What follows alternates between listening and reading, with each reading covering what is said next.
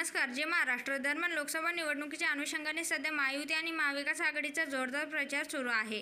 उमेदवारांच्या प्रचारासाठी राज्यातील दिग्गज नेते ठिकठिकाणी सभा मेळावे घेत आहेत. त्या पार्श्वभूमीवर आज मावळ लोकसभा मतदारसंघात राष्ट्रवादी काँग्रेस अजित पवार गटाची सभा पार पडली. यावेळी उपमुख्यमंत्री अजित पवार यांनी कार्यकर्त्यांना मार्गदर्शन करताना चांगली तंबी दिली.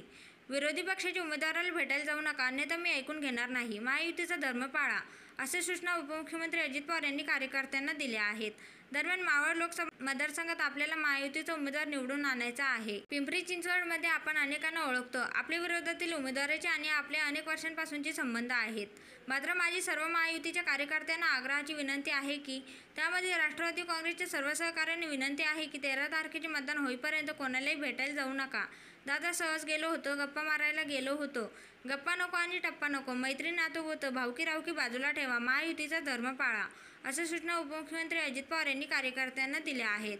दरम्यान उपमुख्यमंत्री अजित पवार पुढे बोलताना म्हणाले की समोरचा उमेदवार सांगेल दादांनीच मला पाठवले, दादांनीच मला उभं राहा म्हणून सांगितले, पण हे धांदत खोटे आहे. संपूर्ण महाराष्ट्राला माहिती आहे की मी स्पष्ट आणि खरा बोलणारा कार्यकर्ता आहे.